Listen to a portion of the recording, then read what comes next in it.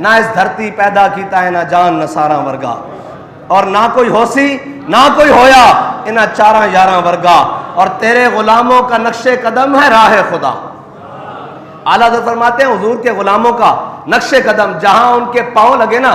نقش قدم سے مراد یہ ہے صاحب ذرا وہ حضور کے دین کے لیے چلے، اب جہاں ان کے گھوڑوں کے پاؤں لگے ہیں جی، جہاں جہاں وہ نشان راہ چھوڑ کر گئے، تیرے غلاموں کا نقش قدم ہے راہ خدا،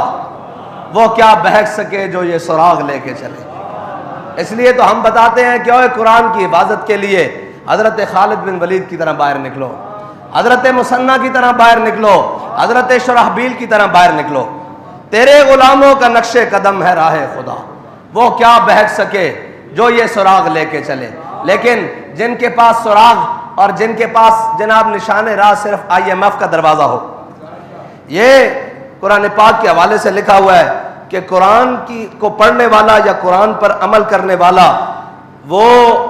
ہر ایک کے دروازے سے، ایک تو ہے نا حضرت فاروق اعظم کے دروازے پر آیا ایک مانگنے والا، کہنے لگا جی آج جناب مرچیں ختم ہو گئی ہیں، آج نمک ختم ہو گیا ہے، آج آٹا ختم ہو گیا ہے، آج جناب گھر کی سبزی ختم ہو گئی ہے، آج جناب گھر کا خرچہ ختم ہو گیا ہے، حضرت فاروق اعظم کے دروازے پر روزانہ آ جائے۔ حضرت فاروق اعظم نے فرمایا جا قرآن پڑھا کر، کیا تو روزانہ مانگنے، یہ تو اچھی عادت نہیں ہے نا روزانہ مانگنے والی ہے جی۔ تو حضرت فاروق اعظم نے فرمایا کیا تو روزانہ مانگنے کے لیے آ جاتا ہے، جا کر قرآن پڑھا کر۔ وہ شخص چلا گیا، پھر بڑی مدت ہوئی، حضرت فاروق اعظم کو ایک دن سر راہ ملا، جب سر راہ ملا تو حضرت فاروق اعظم نے کہا یار تو ناراض ہو گیا ہے، تو آیا ہی نہیں کبھی مانگنے کے لیے، تو آیا ہی کبھی نہیں مانگنے کے لیے۔ اس نے کہا آپ نے مجھے کہا تھا جا کر قرآن پڑھو، قرآن نے مجھے عمر کے دروازے سے بے نیاز کر دیا ہے۔ قرآن وہ ہے جو عمر کے دروازے سے بھی بندے کو بے نیاز کر دیتا ہے ہیں جی، فارق حق و باطل امام الہدا، قرآن تو وہ ہے۔ اور حضرت سعید خدری فرماتے ہیں کہ قال رسول اللہ صلی اللہ تعالی علیہ وسلم یقول الرب من شغلہ القرآن و ذکری،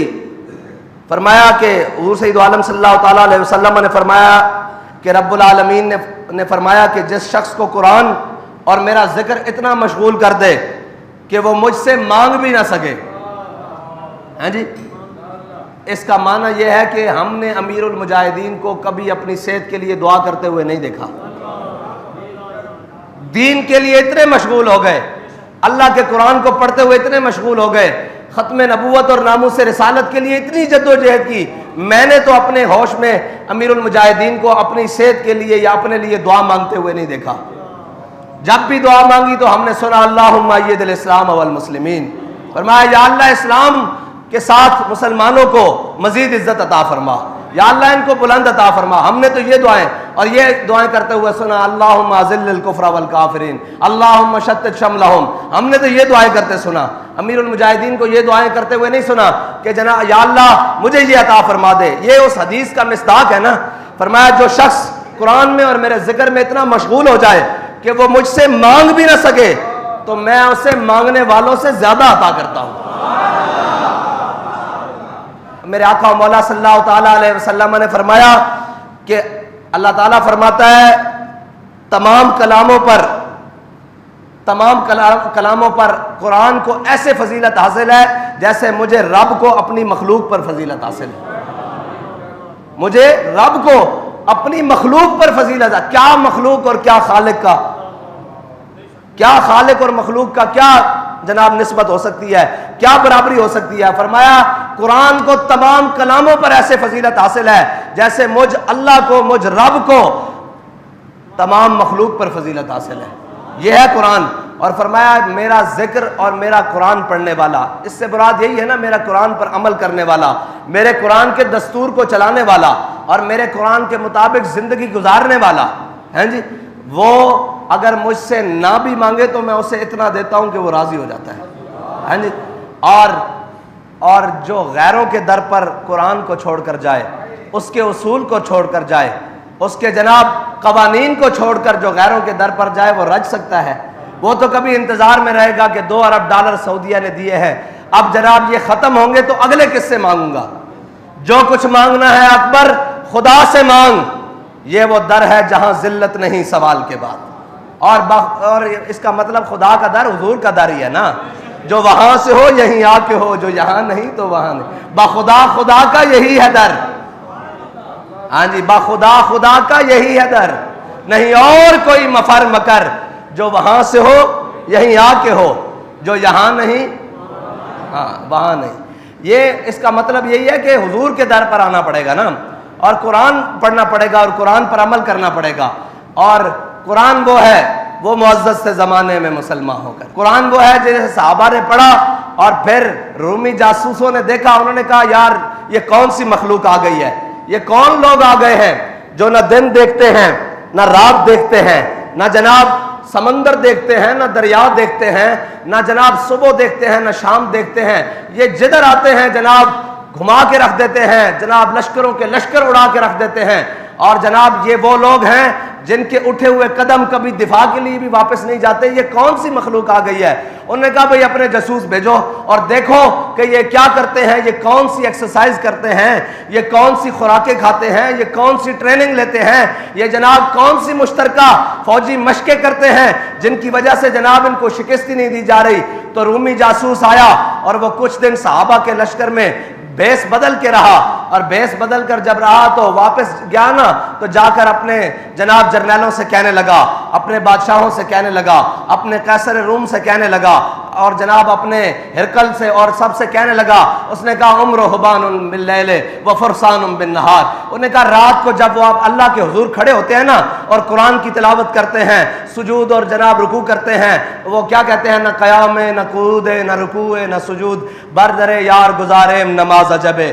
ہاں جی، کہتے ہیں جب جناب اللہ کے ہاں کھڑے ہوتے ہیں نا نماز پڑھنے کے لیے، اور جناب جب قرآن کی تلاوت رات کو کرتے ہیں، اور جناب جب سوچ سے قرآن پڑھتے ہیں، تو لگتا ایسے ہے کہ انہیں دنیا و مافیا کی کوئی خبر ہی نہیں، ان کا دنیا سے کوئی تعلق ہی نہیں، ان کا دنیا داری میں کوئی رہنا ہے ہی نہیں، یہ تو کوئی اور راہب ہیں جن کا کوئی دنیا داری سے تعلق نہیں، یہ کٹ کر اپنی زندگی جی رہے ہیں۔ کہتا ہے رات کا منظر یہ ہوتا ہے، ساری رات کھڑے ہو کر اللہ کے حضور قرآن پڑھتے ہیں، نمازیں پڑھتے ہیں، تلاوتیں کرتے ہیں، ذکر اذکار کرتے ہیں، وَفُرْسَانٌ بِالنَّهَارِ، اس نے کہا جب صبح گھوڑوں کی پشت پر بیٹھتے ہیں نا تو ان کو دیکھ کر ایسے لگتا ہے کہ ان کی پشتوں پر درخت اگائے ہیں،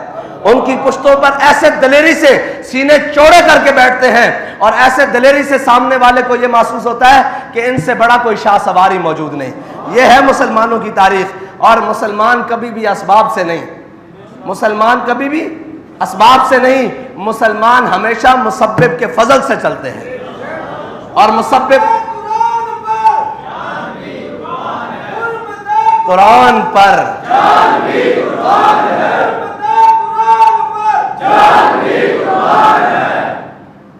یہ جن کے قریب بھی کبھی قرآن نہ بھٹکاؤ، اور جنہوں نے قرآن، میں نے پہلے بھی کہا تھا، جنہوں نے قرآن صرف سورہ یاسین اس لیے رکھے ہو کہ جناب بابا جی کی یا مائی صاحبہ کی روح جلدی نکل جائے گی، اور سورہ رحمان اس لیے رکھی ہو کہ صبح کاروبار میں برکت ہوگی، قرآن اس لیے تو ضرور ہے، برکتیں حاصل کرنے کے لیے تو ضرور ہے، لیکن قرآن الف لام میم سے لے کر والناس تک ہے، قرآن ایک مکمل ضابطہ حیات ہے۔ اس میں ان قوموں کا ذکر بھی ہے جنہوں نے اللہ کی نافرمانی کی، ان قوموں کا ذکر بھی ہے جنہوں نے اللہ کی فرما برداری کی، ان لوگوں کا ذکر بھی ہے جنہوں نے اللہ کے دین کو جھٹلایا، حق کو جھٹلایا، پھر ان کے ذلت کے اسباب کیا بنے۔ قرآن میں ہر وہ چیز موجود ہے جو قیامت تک کے لیے ہے۔ اور حضور سید عالم صلی اللہ علیہ وسلم نے فرمایا من قال به صدقہ، فرمایا جس نے اس میں سے کچھ کہا اس نے سچ کہا، ومن عمل به اجرا، اور جس نے اس پر عمل کیا وہ جزا دیا گیا، ہاں جی، اور ومن دعا الیہ ہدی الی صراط مستقیم، اور میرے آقا و مولا صلی اللہ علیہ وسلم نے فرمایا جس نے اس میں سے، یعنی اس کو پڑھ کر، اس کو جان کر، جس نے اس کی طرف بھلائی کی دعوت دی اس نے ہمیشہ سچے رستے کی طرف دعوت دی۔ اللہ تعالیٰ مجھے اور آپ کو، ہماری نسلوں کو قرآن کا عامل بنائے، قرآن کا محافظ بنائے، قرآن کا حافظ بنائے۔ اللہ تعالیٰ ہم سب کو قرآن کی حفاظت کرنے کے لیے کوئی صلاح الدین ایوبی جیسا حاکم نصیب فرمائے، کوئی سلطان نور الدین زنگی کا غلام عطا فرمائے، کوئی محمود غزنوی کا جناب جانشین عطا فرمائے، کوئی محمد بن قاسم کا ماننے والا عطا فرمائے، کوئی حضرت فاروق اعظم کا جانشین عطا فرمائے، کوئی جناب سیدنا صدیق اکبر کا جانشین عطا فرمائے، کوئی عثمان غنی کا ماننے والا عطا فرمائے، کوئی حیدر کرار کا جاننے والا عطا فرمائے۔